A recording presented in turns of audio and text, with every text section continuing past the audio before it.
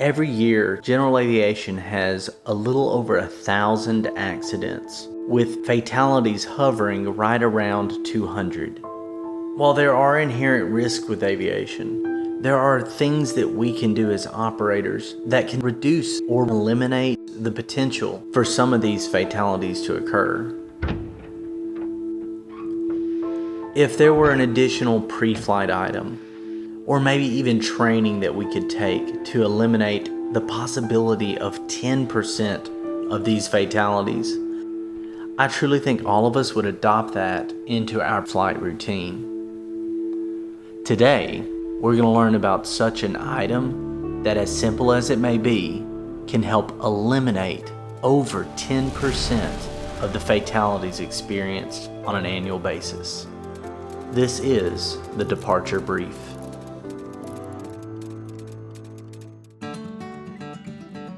So today what I'd like to talk about is the departure brief. And this really stems from the fact that when I was a flight instructor, I taught some of this type of material, but it wasn't until I started doing more of a professional type of flying that I realized the importance and the value of what we're about to talk about today, which is the departure brief. And there's really three of these that I want to make mention of. If we taught even our students out there how to do this type of briefing, that's going to help prepare them to be more ready down the road when they are in that professional pilot job, as well as to be safer right now.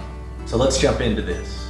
I'll just go ahead and throw this out here before we get started. If you see this prior to Oshkosh 2024, I'll be giving this lecture on Tuesday at the NAFI tent. Hopefully I get to see some of you there and get to go a little bit more into depth about what we're going to talk about today. Googling this, I don't actually know who said failing to plan is planning to fail, but it's a great analogy of what I think I've seen when I do BFRs now, or I fly with students on occasion, that they are not doing an effective departure brief. Oftentimes a checklist looks something like this, to where on pre-takeoff you set your flaps, you set your mixture for best power, pitot heat is required, transponder out, squawk, doors and windows locked and closed, heading bug set, landing light on, strobes on, time note, brakes release, and then you've got this abort plan ready down here at the bottom. I've heard everything from, if something goes wrong, we're gonna fix it, to a decent plan. But what's bad about this is this focuses on really if I can't continue the takeoff, or if I don't want to continue the takeoff. And this is a very popular, I'm sure it looks familiar, type of checklist that exists out there. So how can we make this better? Well, there's three types of departure briefs that I'd like to talk about today. The first one is the passenger brief, and I'm not going to spend a lot of time on that one, because to be honest, I think we do a good job of this.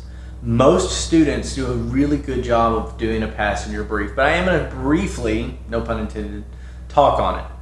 The next is going to be the normal brief. So the normal brief is, this is what I'm planning on doing. Everything goes well. This is my course of action. This is what I'm going to do. And then the last one will be the emergency brief. If my normal plan fails, what am I going to do?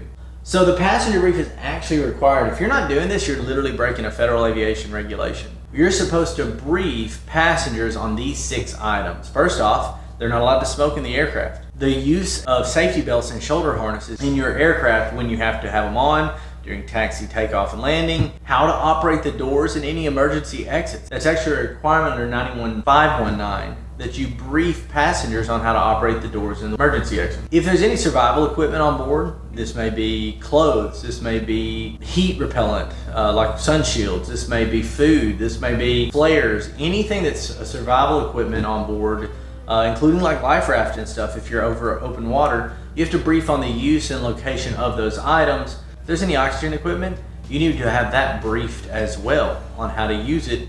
I use a FAA safety team briefing card, and I actually have one of these printed out, folded up. I need to laminate it because it does spray really fast in my aircraft. And my aircraft's pretty simple. You know, most of this stuff either doesn't apply, but if I have this, I can use this as a guide walking through my passenger brief to make sure that I use the acronym SAFETY to cover everything that I'm supposed to. Seat belts fastened for taxi, takeoff, and landing. Shoulder harness for takeoff and landing. Seat position adjusted and locked into place, making sure that that seat is actually locked. There have been accidents that have occurred because a operator's seat slid back and they could not reach the pedals any longer. The A is for air vents, environmental controls, how to operate and locate those. Discuss who is going to touch those. If they feel uncomfortable, I personally request that they let me know so I can move the environmental controls. It's really easy to think cabin heat and carb heat are the same thing, and so I don't want somebody pulling that at full power on takeoff. The fire extinguisher, if you have a fire extinguisher on board, make sure you point out where it's at and how to access it. Just knowing where it's at may not help them figure out how to use it in the event of a fire. E is for exit doors, how to operate the doors, how to operate the windows, having an emergency evacuation plan. If something goes wrong, we're gonna meet up behind the plane, and the emergency and survival equipment, the locations and contents, the equipment, anything that you're gonna need, all of that is under E. And then T, this is one beyond the requirements of Part 91, but a great one, traffic. Explain to them how, if they're concerned about an aircraft that looks like it might be on a collision course, how do you want them to notify you? What if you're in a towered environment? If it's something they're very concerned about, I always tell passengers, lay your hand on my arm to get my attention and point it out to me. So they don't even have to say a word. Spotting other aircraft, encourage them to do so, and in the non-towered environment, that can be a big help as well. And when you want a sterile cockpit. So are we gonna talk from the time we take off until crosswind? Are we not gonna talk until I let you know? How are you gonna keep that cockpit sterile and safe for everyone on board? And then the last one is your questions. Normally I do this brief when I'm loading the aircraft, when people are getting on board, so that way we've got all this done, and then if they have any questions, which normally they will, I can answer them right then and there before it gets busy. Then I leave this card and ask them to hold on to it, and inevitably they'll reread it. So that is a passenger brief. How do we incorporate this into training? This is one of my favorite things to do. I'll act ignorant of the flight that we're doing, and I'll have them simulate to me a passenger brief. And inevitably, if they forget to tell me how to work the seatbelts, I start acting like a fool trying to get mine off. And then they realize, oh yeah, I've got to let them know. If they don't brief me on how to open the door handle while we're taxiing, I'll accidentally open the door and then just look at them dumbfounded like, what happened? So there's some ways that we can incorporate this into training using a little bit of acting. So let's talk about some statistics. It's everybody's favorite topic, right? So in 2012 to 2023, if you go to the NTSB's Carroll website database search, and under aviation, you search for takeoff configuration type accident, there were 1,633 accidents, which was about 13% of all GA accidents, a little bit over 10%. Of these, 10% were fatal. There were 163 fatalities. So 1 out of every 10 had a fatal accident. This doesn't tell me how many fatalities there were, just 163 of them were fatal. That statistic makes up 7.5% of all fatal accidents. So why am I harping on this? Well, how long does a takeoff actually take? So I timed this the other day. From the time I rolled out onto the runway, powered my engine up, made sure my checks looked good, accelerated down the runway and climbed out. By the time I got to 400 feet, which is sort of the end of that initial climb, my takeoff and initial climb was only about 60 seconds. So if I have a flight that's an hour, if I just take an hour long, that's a little bit over 1.5% of the total flight time. That's kind of crazy that 1.5%, less than 2% of my total flight time equates for 7.5% of the total fatalities. How can we stop that? Let's look at these stats a little bit more in depth. So here is the formerly Nall Report, now the Rick McSpadden report. And here's the statistics for the takeoff and climb accident trend based off 2021, which as of this recording is the most recent version of this. In 2021, there were 119 accidents, with 23 of those being fatal. And all these statistics you're going to see sort of a 10-year trend on it. This is really close to the Carroll database, except the Carroll database, when I looked it up, I actually took from 2012 up to the end of 2023 because that's what was available to me. Here's another graph here that shows total accidents. So you can see There's been 938 accidents in 2021, the last year again that the report was made. And of those 930 some odd accidents, 10% or better, 119, were during this takeoff and initial climb phase. Here's the things that are happening. Loss of control is the highest, traditionally the highest reason that accidents have occurred. The stall or settle back on after takeoff has the highest percentage of fatalities for the given number of accidents. So 30 accidents and 13 fatalities. Look at these last 4 or 5 right here. Delayed abort, weight and density altitude, aircraft configuration, and runway conditions. These 4 items are 100% preventable. The departure brief eliminates these accidents. Let's take a look at one more set of accident statistics before we actually dive into the normal and emergency departure briefs. Because again, the passenger one, I feel like we're pretty good at that as an industry. When I do BFRs, people do a good passenger brief. What they don't do a good brief is the normal or emergency brief. So pilots involved in an accident on takeoff. Scan down through this list real fast and tell me what the most interesting statistic on here is. Because I'll tell you what it is for me. Look at the student pilots. Student pilots make up almost the smallest percentage on this list. They are a vast minority. So when we're flying with students, they're doing everything correct. But that could and probably is because the CFI is sitting right there beside the students, catching when they make a mistake.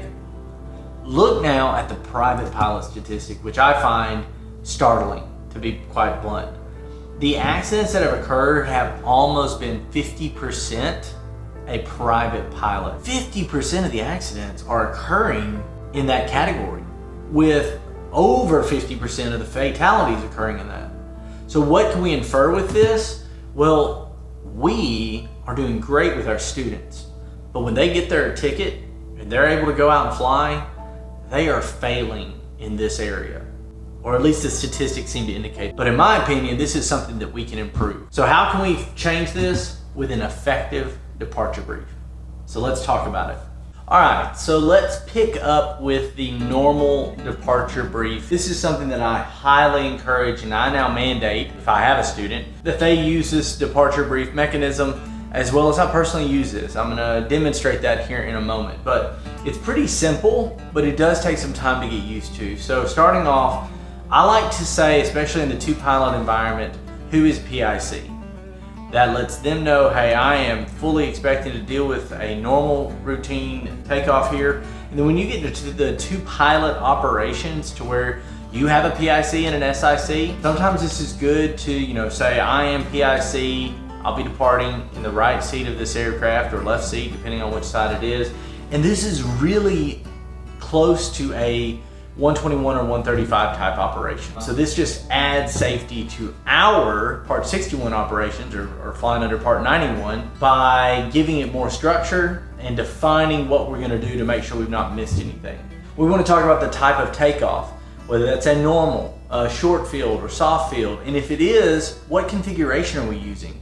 And I like to physically touch these items when I'm talking about it. So today, we're gonna be completing a short field takeoff with 10 degrees of flaps, visually check to make sure the flaps are in. From there, we talk about what runway we're gonna be using. So runway 18, and physically look out and point at, see the numbers, see that it says 18, look at the sign that says 18 on it to prevent an inaccurate or an accidental runway departure from a incorrect runway. How much length we have, whether that it's full length at 5,000 feet or an intersection takeoff with only a certain amount of footage remaining. On top of that, also calling my abort point. Since I've been flying the DC-3 some, it's become more important to say, hey, if we don't have, a certain speed by halfway down the runway, we're gonna abort the takeoff. The next thing here is our airspeeds and our call out. So typically it would be my rotate speed is gonna be 50, my climb out speed 75. So I give my VR, VY. If it's a short field, and rotate VX. At 100 feet, we're gonna transition to VY. And then my performance information. So given our current weight, max gross, I have got 1,200 feet to clear an obstacle, or just 800 feet to get off the ground. I also like to throw in my fuel on board. Then the departure procedure. This is still part of the normal procedure. So we're gonna fly runway heading to 1,000 feet for noise abatement. Something like that maybe. It may just be at 400 feet, we're gonna turn a left crosswind and depart the area to the west. But that gets us through that initial climb phase. In addition to that, adverse winds, whether that's a crosswind, whether that's a wake turbulence, or in some cases in single way in and out strips, a tailwind, acknowledging that tailwind location. So a typical brief might sound something like this. Today, I'm gonna be completing a short field takeoff using 10 degrees of flaps. We're departing runway 18, which is 5,000 feet, VR is 50, VX is 58, VY is 65. The aircraft currently weighs 2,300 pounds, which will require 1,180 feet given the current density altitude to get airborne, and 1,500 feet to clear a simulated 50-foot obstacle. We are topped off with 4 hours of fuel on board after takeoff. We will make a left crosswind and climb and depart to the north off of the downwind. Winds are currently 230 at 5, giving us a slight right crosswind. If I'm flying with somebody that's, basically a brand new pilot, I do this as demonstration.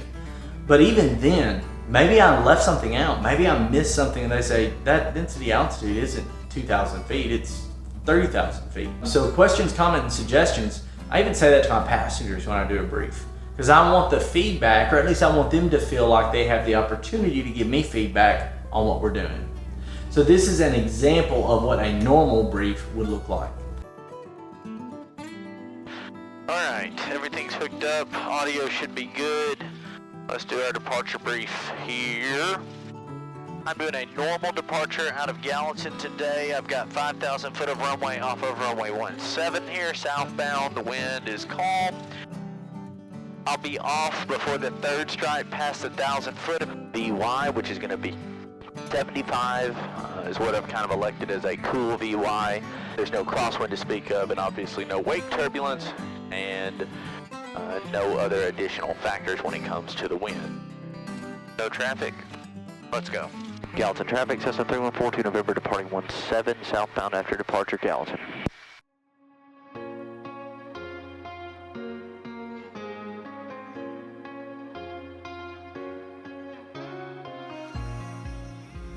So as soon as I get this normal brief completed, I typically roll straight into the emergency brief.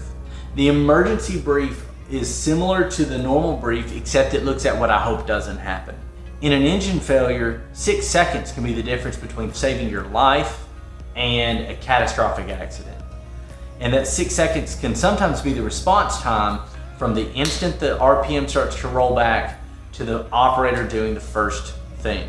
So by briefing this for every flight, every time I'm taking off from a new airport or a new environment, I'm anticipating what am I gonna do if something goes wrong. This is important, obviously single engine, but it's even doubly important when you're in a light twin that may not have the performance necessary to be able to actually climb out on one engine at your current weight given the density altitude. So here's how one of these rolls. Who is flying the aircraft? Sometimes I'll be in someone else's aircraft that has hundreds of hours more experience than I do. Going back to the normal brief, I may say I'm gonna do a normal takeoff and then tell them, in the event that we lose our engine, you are gonna take control of the aircraft and I'll act as a support pilot. This just lets them know that almost instantly I'm gonna give them control of the aircraft since they have more familiarity with it. But most times that'll be me. I am going to control the aircraft as necessary. And sometimes it's just saying outright, hey, I know you're a pilot, but if we lose our engine, I'm PIC. I'm gonna verbalize that. There's really 3 different phases that we need to brief. The first one's the easiest one. If I'm on ground roll, apply throttle, and all of a sudden the engine starts coughing, I see a 100 RPM rollback, anything sounds wrong. Throttle to idle, apply brakes. This also is where immediate action items should be memorized. I'll have a video coming out on engine failures sometime after Oshkosh. I'm actually doing a presentation on that as well at Oshkosh. But that video will be coming out talking specifically about how to deal with engine failures. These are just the briefs that I would use. So if it's during the ground roll, I'm gonna close the throttle, apply brakes, come to a full stop, shut the mixture off, tow the aircraft, figure out what happened. If I'm off the ground but below whatever my minimum safe altitude is, or MSA, then I'm landing straight ahead, regardless of my option. For me in the 140, this is about 400 feet. If I'm below 400 feet, normally I still have 2,000 feet of runway remaining.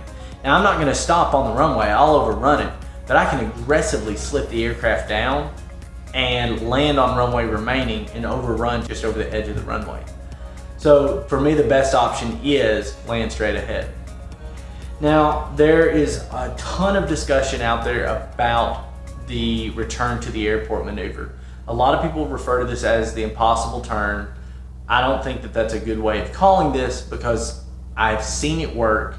I know that it can work, but there are some major things that you need to do if you're even going to brief that you might return to the airport. So I'm not going to talk about that in this video. That will also come in a future video. But I'm going to discuss in a future video how you can actually in your aircraft know what your performance looks like in an impossible turn, which I like to call the return to the airport maneuver.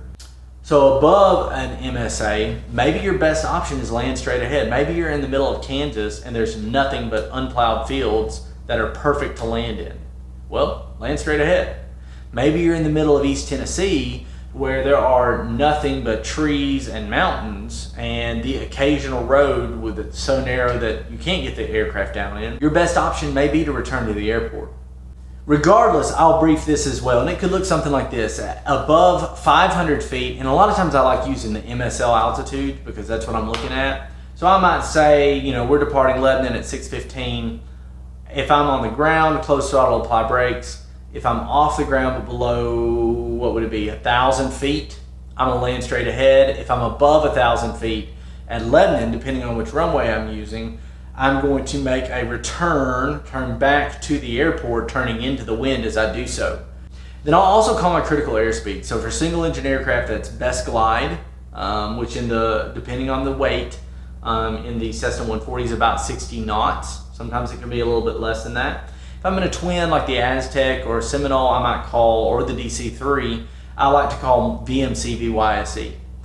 So I like to know what both of those two numbers are as well. And if I've got a second pilot, their sole purpose is to chat at me every time I get below VYSE in the event of engine failure. After my critical airspeeds, landing options, I brief this even if I've already briefed those 3 initial phases. There's a field right off the end of runway 19 at Lebanon, so it makes a perfect out if I want to land there. And this is all because I personally have looked at this stuff. If I've never been to the airport, I'm Google mapping, figuring out where would I go if I lost my engine. And then the last thing is my evacuation procedure. So I've already kind of briefed the passengers on this, but I'm going through this just prior to impact. I'm gonna crack the door. If I can't get out, I'm going to kick the doors out, kick the canopy out. And if I've got people with me, normally I say, let's meet behind the aircraft 200 feet away. Run for 15 seconds straight and stop. I also end up telling them, you go first, I'm the last one out of the plane, just to make sure that nobody gets left behind on the aircraft. So let's take a look at what a sample brief looks like here for an emergency. In the event of an engine failure, during the ground roll, I will close the throttle and apply brakes. Below 600 feet AGL, we'll pitch aggressively down for VG 75 and complete the immediate action items. And I'll actually say these. Close the throttle, close the mixture, apply brakes. Above 600 feet, we're gonna pitch for best glide and complete the immediate action items, but then we can also return to the airport. The VG at our current weight is 75. There's a great field to the right of runway 18 that we can use if necessary. It's got road access, which is important, something you ought to think about. After impact, we can egress through the main door's baggage door by removing the window with our feet. Question, comment, suggestions. This one's simple because it's a single engine aircraft. A multi-engine aircraft would be, more complex. Now for the emergency brief, if I lose my engine the instant I release my brakes, I'm going to close the throttle, go ahead and pull the mixture close, and I'm going to try to gently slow the aircraft down going down the slope. I'll have a lot of potential energy with me that I'll have to burn off in the brakes, but hopefully we don't stand it on the nose. If I get off the ground, but I'm not past the creek, I'll glide straight ahead and sort of make a gliding left turn in ground effect down into the field. If I'm past the creek, it's a sharp 180-degree turn, aggressive banking maneuver to line up in the creek. If I'm beyond the creek and above 800 feet, it's a right turn out into this field that's just over the ridge there. If I'm above 1,000 feet, there are two other options I can look at down beyond the second ridge. My best glide is going to be 61 or 2 in this aircraft given our weight today, and evacuation will be either this door, or kick that out. An emergency brief complete. That's basically it. All right, let's go flying.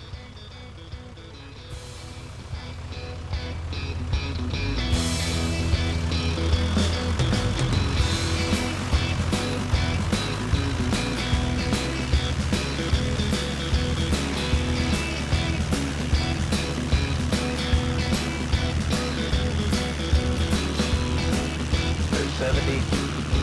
There's mount.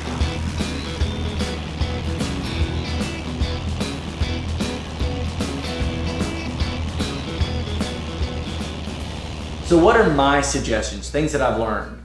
Teaching is obviously way harder than doing this yourself. So if you're a CFI, if you're not, that's fine. This is geared towards CFIs though, as it's what I'm gonna teach at Oshkosh to instructors. But this is something that I practice on a daily basis. Every morning when I wake up and have my cup of coffee, I normally try to sit at the table if I'm sitting there, or if I'm in my office, I'll sit here, and I will run one emergency procedure every day. So as strange as it may sound, in a typical year, I'll have well over 300 engine failures. Simulated, but it's engine failures that I've gone through mentally. Obviously you want to do this with somebody. If you're not doing it right, then you're practicing incorrectly. But when you get proficient with the thousands of hours that I've had flying aircraft, you get to the point to where you can just mentally walk through this and even physically touch what you would be doing and where you'd be doing it. Now that I'm flying the DC-3, I'll also do that in the two-crew environment mentally. So every other day I'll do my aircraft, which I do fly more often, and then the DC-3, which is by far more complex. A lot of times I will use existing conditions, so if I'm sitting at the office, I'll look outside, see what the winds are doing, and brief based off of that. Or I'll brief a simulated out of Lebanon, where I look at their AWAS and actually brief based off of the current conditions. Definitely do this solo. If you don't do this when you're by yourself in the aircraft, you are doing yourself a disservice. You're allowing that third of the accidents that we saw that happened in the takeoff phase of flight. You're not doing something that could prevent them. Repeat a full departure brief every time you get into a new environment. So in this case, if I go to another airport or the wind shifts, I'm on a different runway, I'm very quickly gonna do a full departure brief. I mean, this takes less than 60 to 90 seconds. It's barely any time, and it's incredibly effective to make sure you and your co-pilot or instructor or buddy are all on the same page. Make sure you're using muscle memory. If I'm saying I'm gonna reduce the throttle, apply brake, I'm touching the throttle and I'm pointing to the brakes. More complex stuff like make sure fuel's on both, throttle's out, car heat out, primer's in and locked, mags on both, master on. All of that flow that we normally do, that kind of reverse L or sideways L, that's muscle memory. I want to be able to do that as soon as I can, instantly. And then consider who's in the aircraft and modify if necessary. I might not go into full detail with a passenger as I would with another pilot. Here are where I have pulled these items from. Consider this additional resources, and more importantly, consider this as the place that you could go to find this information and study it for yourself. I appreciate you guys watching this. I will be at Oshkosh this year. This presentation in more depth I will be giving on Tuesday in the NAFI tent. I look forward to seeing you next time as we continue this discussion about better understanding some emergency procedures as well as stuff that we can do to prevent us from being involved in unnecessary accidents.